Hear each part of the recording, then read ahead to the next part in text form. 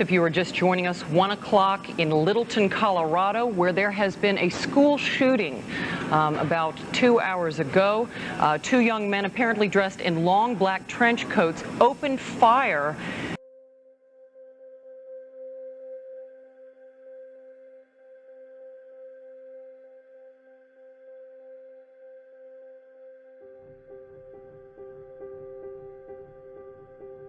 Okay.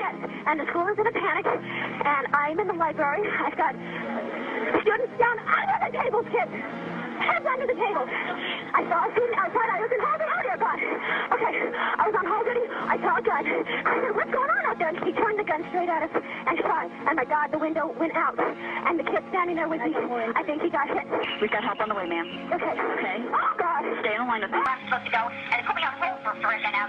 Hi, it's Wendy at CNN still. Oh, hi, Wendy. We're just taking names and numbers right now for the press. Okay. Get back to you? Okay, because Fox has somebody on now. Huh? Fox has somebody from your office. I know. We've talked to a whole bunch of people, and it's just, you can only do so many because we got so many more calls coming in. I got to get to my daughter at Columbine. I've been trying for an hour. I can't get anywhere near there. I got to get no information. Sir? Okay, calm down, okay? Well, I think we're entitled to information as parents on where our children are. We have a lot of units out there right now. Tell me, I can't get anywhere near it. I want to find out how to get in touch with my daughter. How do I get information on my daughter? I don't have any of that information right now. I do. Why in the hell not? Get over now. My son is Eric Harris, and I'm afraid that he might be involved in the shooting at Columbine High School. It involves how? He's a member of what they're calling the Trench Coat Mafia. Have you spoke with your son today, Mr. Harris? Well, I haven't. Have they picked up anybody yet? Or They're still looking for suspects. Your son is with who? What gang? well, they're calling them the Trench Coat Mafia. I just heard that term on TV. Stay low, because if you try to leave, I don't want you to get shot, okay? Stay very low and quiet. So he said to stay right, stay low and quiet. Stay right there.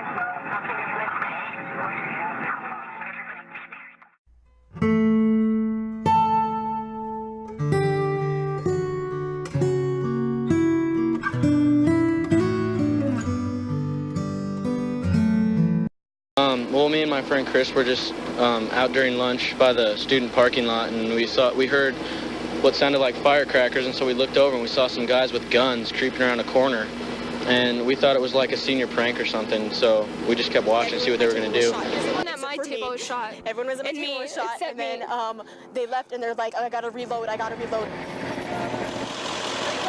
were just all sitting there in the library, and then they just started, all you hear is like firecrackers, and then I looked out the window, and there's a kid with a trench coat and a shotgun throwing pipe bombs in the parking lot, and then he shot a girl outside. Killed my best friend. People that were shot were seniors. I've known these people for like 4 years. 4 freaking years, and they ended do this. We're gonna graduate in like 17 days, and they feel like ending everyone's life like now. What do you want us to take? This one. And then he came into the cafeteria, and you could hear like bombs and shotguns going off. And then he came into the library and shot everybody around me.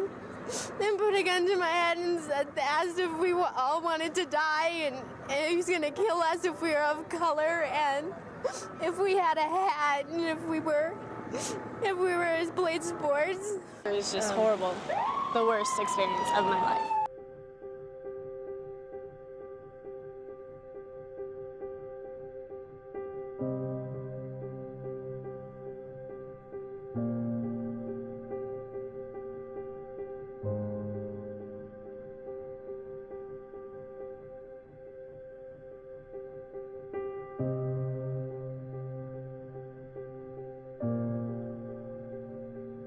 Lived in Colorado my whole life. We had funerals for 4 of them.